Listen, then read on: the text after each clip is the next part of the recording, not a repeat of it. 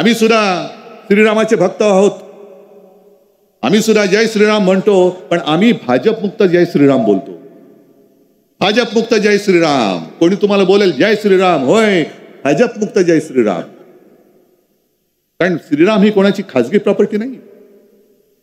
पण त्यावेळेचा जो एक भाजपा होता, संपूर्ण देशामध्ये एक विचित्र वातावरण होतं.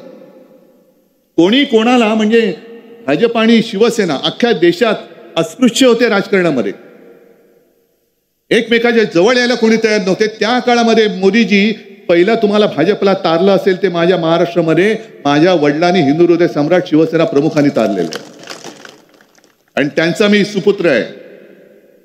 आज तुम्हाला घराणेशाही म्हटल्यानंतर चटके बसतात. अरे ज्या शिवसेना प्रमुखांनी तुम्हाला अटलजींच्या वेळेला वाचवलं, जर शिवसेना प्रमुख तुमच्या मागे उभे राहिले नसते तर हे सत्य आहे की तेव्हा अटलजींनी यांना उचलून हेराच्या टोपलीत टाकून दिलं असतं. पण नरेंद्र मोदीजींचं सरकार होतं ज्यांनी खम ठोकून सांगितलं की नाही इथेच मंदिर होतं, याच ठिकाणी मंदिराचे अवशेष मिळालेले आहेत आणि हीच रामाची जन्मभूमी आहे आणि याच ठिकाणी मंदिर आम्हाला बांधायचं आहे. सरकारने ही भूमिका घेतली म्हणून सुप्रीम कोर्टाचा निर्णय आला.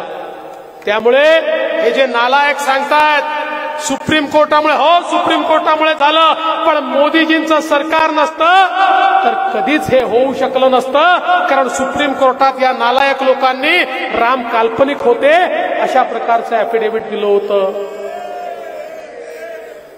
आणि आता मुंबईमध्ये काही फेक रामभक्त फिरतायत, जाऊन भाषणं करतायत, जोर जोरात बोलतायत, स्वतःला रामभक्त सांगतायत, आम्हीच तोडली म्हणून सांगतायत.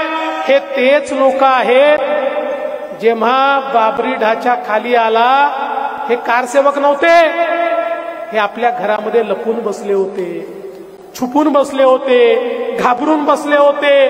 ते लोक आता आम्हाला शिकवतात, अरे हो आम्हाला अभिमान आहे की या ठिकाणी कलंकाचा ढाचा आम्ही खाली आणला.